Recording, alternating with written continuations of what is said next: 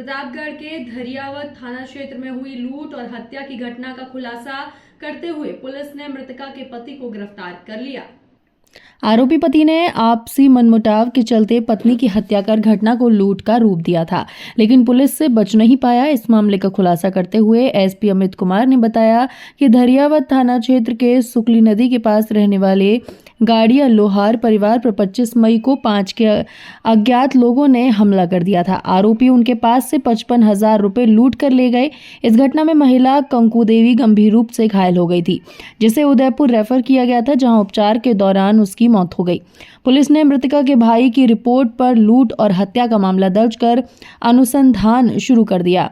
मामले की गंभीरता को देखते हुए जिले के 3 थाना अधिकारियों के नेतृत्व में टीमों का गठन किया गया। पुलिस की जांच में मृतका के पति कालू गाड़िया लोहार की भूमिका संदिग्ध लगी। इस पर पुलिस ने तकनीकी साक्ष्य जुटाकर उससे गहनता से पूछताछ की। पुलिस की जांच में सामने आया कि मृतका और उसके पति ने पिछली कई दिनों से मनमुटाव चल रहा था और मृतका का पति कालू मृतका की हत्या करने की साजिश रच रहा था। घटना के दिन भी दोनों के बीच झगड़ा हुआ था, जिसके बाद कालू ने अपनी पत्नी पर हमला कर गंभीर घायल कर दिया और अज्ञात लोगों द्वारा लूट के लिए हमला करने की मनगढ़ंत कहानी रच दी। पुलिस की पूछताछ में कालू ने अपनी पत्नी की हत्या करना स्वीकार कर लिया, जिस पर पुलिस ने उसे गिरफ्तार कर लिया। पुलिस और उससे अग्रिम अनुसंधान कर रही है। तारीख को मांगीलाल नाम के व्यक्ति ने, जो जाति से गाड़िया लोहार है, उन्होंने एक रिपोर्ट पेश की कि उनकी दीदी और जीजाजी जो दरियावद थाना क्षेत्र में किसी रोड पे झोपड़ी में रहते हैं, उनके ऊपर 5-7 अज्ञात लोगों ने हमला किया, लूट के उद्देश्य से हमला किया, जिसमें उसके पत्नी, उसकी बहन और उसके जीजाजी दोनों गंभीर रूप से घायल हो गए। उसके बाद उनको उदयपुर रेफर किया गया। इस तरह लूट की घटना और उसमें ग्रीवियस हर्ट जैसी चीज़ें सामने आने पर तुरंत उदयपुर के लोकल एसएचओ से संबंध स्थापित किया गया और यहाँ एफआईआर रजिस्टर करके अग्रिम अनुसंधान जारी किया गया। उसी वक्त 3 एसएचओज की एक टीम गठित की गई, जिसमें पारसोला एसएचओ, सालमगढ़ एसएचओ और दरियावद एसएचओ उस टीम में शामिल रहे।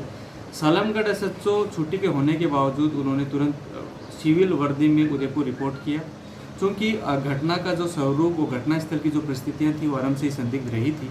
तो उस रूप में वहाँ की गतिविधियों पर नज़र रखने के लिए और संदिग्ध चीज़ों को ऑब्जर्व करने के लिए वहाँ सालमगढ़ एसएचओ पेशावर खान पहुँचे। इसके बाद में महिला की अगले दिन मृत्यु के बाद में ये मुकदमा हत्या और लूट में चूँकि तब्दील हो चुका था। पिछले 2 दिन की 3 दिन की जो अनुसंधान रही, उसमें लूट के जो तथ्य थे वो पूरी तरह गलत साबित हुए। ये पूरी तरह एक हत्या का मामला था, जिसमें मृतका जो थी उसके पति ने मृतका की हत्या करके इसको लूट का स्वरूप देने का प्रयास किया। जो एफआईआर है उसमें पति पत्नी दोनों को चोट आने की बात कही गई है, जबकि पति के शरीर पे खरोंच का एक निशान भी नहीं है। कुछ अन्य परिस्थितियां, जैसे पति पत्नी के साथ में छोटे बच्चे का सोया रहना, उस बच्चे का ना जगना, उस बच्चे को भी कोई चोट ना होना, पति को भी चोट ना होना, ये ऐसी परिस्थितियां रही जो शुरू से ही संदिग्ध रही। उसके बाद में पति द्वारा लगातार अपनी पत्नी से दूरियां बनाए रखना, उसके साथ उदयपुर जब रेफ़र किया गया तो उस वक्त साथ ना जाना और बाद में उदयपुर में हॉस्पिटल में भी पत्नी के ज़्यादा नज़दीक ना जाना, ये आरंभिक परिस्थितियां संदिग्ध रही। जब इन सारी परिस्थितियों में अन्य डिजिटल साक्ष्यों का भी अध्ययन किया गया तो ये पता चला कि पति जो है वो अपनी पत्नी की हत्या की साजिश से कई दिनों से कर रहा था। उसके पर्याप्त डिजिटल साक्ष्य पुलिस को प्राप्त हो गए हैं, जो फाइल में ले लिए गए हैं। पति ने अपना अपराध भी कबूल कर लिया और इसके आवश्यक साक्ष्य भी फाइल में आ चुके हैं। जो घटनास्थल है वो पास में ही एक गाड़ी का शोरूम है, उसके सीसीटीवी फुटेज से कवर होता है।